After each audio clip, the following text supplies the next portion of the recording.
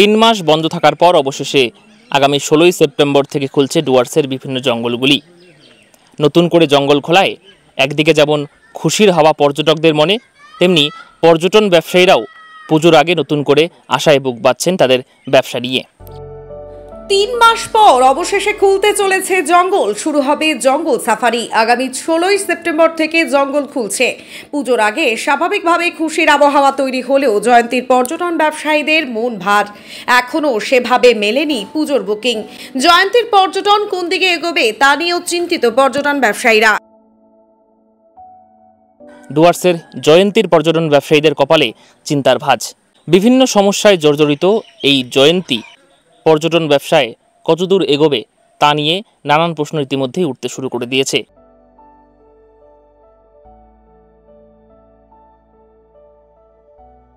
আশা বলতে প্রত্যেক বছরে যেমন 15 জুন বন্ধ হয়ে যায়, তারপরে 16 সেপ্টেম্বর জঙ্গল খোলে।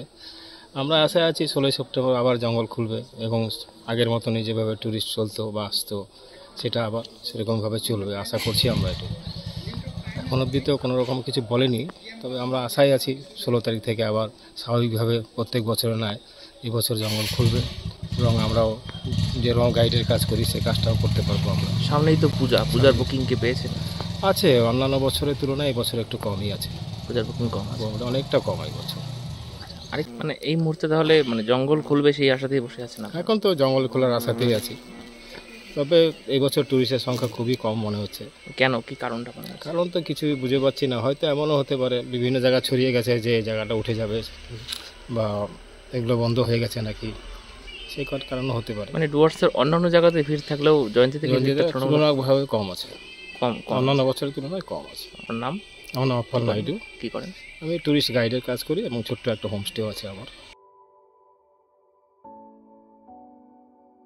আমরা হতাশায় দিন কাটাচ্ছি, তার কারণ এখানে জয়ন্তী এমন একটা জায়গা যে এখানে প্রতিনিয়ত নতুন নতুন খবর উঠে আসে। এই কখনো শোনা যাচ্ছে জয়ন্তীই থাকবে না, এখান থেকে জয়ন্তী সবাই পুনর্বাসনের জন্য চলে যাবে এবং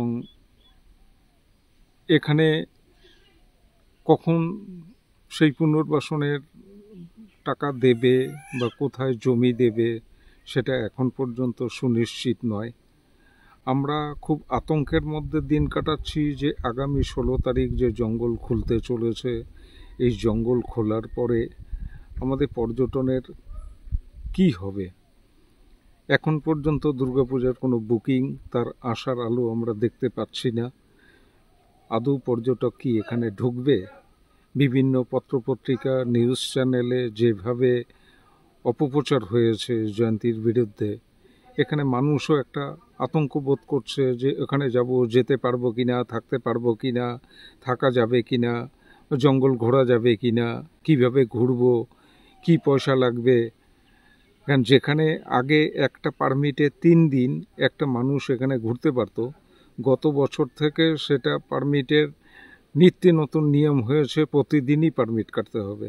আর এই সংকেতের আবহে আমরা সংকটে দিন কাটাচ্ছি যে আগামী 16 তারিখে জঙ্গল খুললেও কত সংখ্যক পর্যটক এখানে আসবে, বা আমরা যারা এর উপরে ডিপেন্ডেবল হয়ে আছি আমরা এখান থেকে কি আশা করতে পারি। এখনও আমাদের পুজোর কোনো বুকিং নেই, জানি না কি হবে। 16 তারিখের পরে আশা করছি হয়তো ভালো কিছু আসতে চলেছে আমাদের। কি নাম আপনার? আমার নাম কমল ব্যানার্জি, আমি জয়ন্তীতে থাকি।